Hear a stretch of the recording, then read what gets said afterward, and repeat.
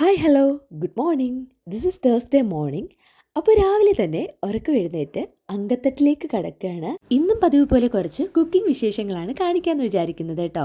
ഇന്നും ഈ morning videos മാത്രമേ ഉള്ളൂ എന്ന് ചോദിക്കുന്നവരടുത്ത് സത്യം പറഞ്ഞാൽ നല്ല തിരക്ക് പിടിച്ച ഓട്ടത്തിൻ്റെ ഇടയ്ക്കാണ് ഞാൻ ഈ വീഡിയോസ് ഒക്കെ ചെയ്യുന്നത്. ഈ വീഡിയോ എടുക്കുന്നത്, എഡിറ്റ് ചെയ്യുന്നത്, വോയിസ് ഓവർ കൊടുക്കുന്നതൊക്കെ അത്യാവശ്യം നല്ല മെനക്കെട്ട പണിയാണ്. ഈ വീഡിയോസ് ക്രിയേറ്റ് ചെയ്യാൻ എനിക്ക് ഇഷ്ടമുള്ളത് കൊണ്ടാണ് കേട്ടോ ഈ സമയമില്ലാത്ത സമയത്ത് ഞാൻ ഇതെങ്കിലും ചെയ്യുന്നത്. അപ്പോൾ നമ്മുടെ അരി കുക്കറിൽ വെന്തുകൊണ്ടിരിക്കുകയാണ്. ഇത് കല്യാണിക്കുട്ടിക്ക് കുറച്ച് പരിപ്പ് കറി വെക്കുകയാണ് കേട്ടോ. പരിപ്പ് കഴുകി ഉപ്പും മഞ്ഞളും കുറച്ച് വെളിച്ചെണ്ണയായിട്ട് അതൊരു കുഞ്ഞു കുക്കറിൽ വേവിക്കാൻ വെച്ചു. ഫ്രിഡ്ജിലുണ്ടായിരുന്ന വെജിറ്റബിൾസ് ഏകദേശം കാലിയായിട്ടുണ്ടായിരുന്നു. എന്നാൽ പിന്നെ രാവിലെ തന്നെ അതൊന്ന് മാറ്റിയിട്ട് പുതിയ വെജിറ്റബിൾസ് ഫില്ല് ചെയ്യാന്ന് വിചാരിച്ചു. ഈ ഒരു കോണ് ഇന്ന് രാത്രിയെങ്കിലും എടുക്കണം എന്ന് വെച്ചിട്ട് അതെടുത്ത് അങ്ങ് മാറ്റി വെച്ചിട്ടുണ്ടായിരുന്നു. പിന്നെ നമ്മുടെ ഫ്രിഡ്ജിൽ എപ്പോഴും ഫില്ലായിട്ടിരിക്കുന്നത് ഈ ഒരു സെക്ഷനാണ് കേട്ടോ. വാങ്ങുന്ന ഈ പച്ചക്കറികളൊക്കെ നന്നായിട്ട് ഉപ്പും മഞ്ഞളും ഒക്കെ ഇട്ട് കുറച്ച് നേരം വെള്ളത്തിൽ കഴുകിയതിന് ശേഷം മാത്രം എടുത്ത് മാറ്റി വെക്കുക കേട്ടോ.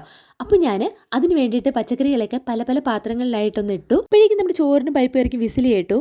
അങ്ങനെ ഞാൻ വെണ്ടയ്ക്ക, തക്കാളി, കത്തിരിക്ക, പഴുതനങ്ങ, പാവയ്ക്ക, പടവലങ്ങ എന്ന് വേണ്ട എല്ലാ പച്ചക്കറികളും എടുത്ത് വെള്ളത്തിലിട്ട് ഉപ്പിട്ട് മാറ്റി വെച്ചു. അതവിടെ കുറച്ച് നേരം വെള്ളത്തിലേക്ക് കിടക്കുമ്പോഴേക്കും പഴയ വെജിറ്റബിൾസിൽ എന്തെങ്കിലും ബാക്കി ഉണ്ടെങ്കിൽ അതൊക്കെ എടുത്ത് ഒരുമിച്ച് വെച്ചതിന് ശേഷം പുതിയതൊക്കെ കഴുകി തുടച്ച് ഫ്രിഡ്ജിനകത്തോട്ട് മാറ്റേണ്ട ബോക്സുകളിലാക്കി ഫില്ല് ചെയ്യാണ് കേട്ടോ. വീട്ടിൽ ആർക്കും ഇഷ്ടമല്ല എന്ന് എനിക്ക് ഇഷ്ടമുള്ളൊരു സാധനമാണ് ഈ കാണുന്ന അമരയ്ക്ക. അപ്പോൾ അതൊരു ബോക്സിലാക്കി മാറ്റി വെച്ചു. പിന്നെ നമ്മുടെ പൊട്ടറ്റോ, സവാള അതിനെയൊക്കെ ഫ്രിഡ്ജിൻ്റെ താഴെയുള്ള ബോക്സിലിട്ട് പൂട്ടി അങ്ങ് വെച്ചു.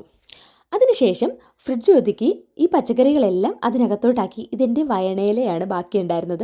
ഇത് സ്വീറ്റ് പൊട്ടറ്റോ. അപ്പോൾ അതെല്ലാം നന്നായിട്ട് അടുക്കി പെറുക്കി വെച്ചതിന് ശേഷം ബോക്സുകൾ ഓരോന്നായി ഒന്നിനും ഇതേ ഒന്നായിട്ട് അടുക്കി വെച്ചു. എന്നാൽ പിന്നെ ഒരു ചായ കൂടിയാകാമെന്ന് വിചാരിച്ചിട്ട് പാലെടുത്തു ചായ ഇടാൻ വെച്ചു.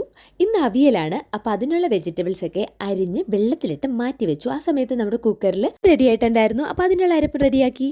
അടുത്തതിൽ അവിയൽ റെഡിയാക്കാനായിട്ട് വെച്ചു കേട്ടോ. അവിയലിന് വേണ്ടിയിട്ട് കുറച്ച് തേങ്ങ, പച്ചമുളക്, വെളുത്തുള്ളി, ജീരകം, കറിവേപ്പില ഇത്രയിട്ട് നന്നായിട്ടൊന്ന് അരച്ചെടുത്തതിന് ശേഷം വെന്തിരിക്കുന്ന നമ്മുടെ അവിയലിൻ്റെ പച്ചക്കറികളിലേക്ക് ഇതങ്ങ് ആഡ് ചെയ്ത് കൊടുത്ത് അടച്ചു വയ്ക്കുക.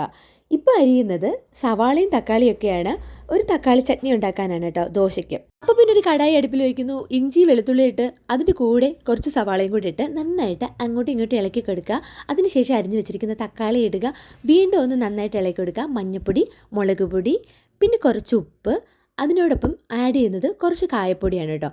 ഇത്രയിട്ട് നന്നായിട്ട് ഇളക്കി ഒന്ന് വാടി വരുമ്പോഴേക്കും അതൊന്ന് അരച്ചെടുത്ത് ചെറുതായിട്ട് എണ്ണ ഒഴിച്ച് കടുക് വറുത്ത് അത് മിക്സ് ചെയ്തെടുക്കുമ്പോഴേക്കും നമ്മുടെ തക്കാളി ചട്നി റെഡി. അപ്പോഴേക്കും നമ്മുടെ അവിയൽ ഇവിടെ റെഡി. അതിൽ കുറച്ച് വെളിച്ചെണ്ണയും കുറച്ച് പച്ചക്കടുകും ഇട്ട് കൊടുത്ത് കഴിഞ്ഞാൽ അതിഷ്ടമായ അവിയൽ അവിടെ റെഡി. പിന്നെ ദോശയുടെ മാവൊക്കെ കലക്കി വെച്ചു, ദോശ ചുട്ടു, എല്ലാവരും കഴിച്ചു. ഞങ്ങൾ ജോലിക്ക് പോയി. അപ്പോൾ അത്രയേ ഉള്ളൂ ഇന്നത്തെ വിശേഷം. അടുത്ത വീഡിയോ വീണ്ടും കാണാം.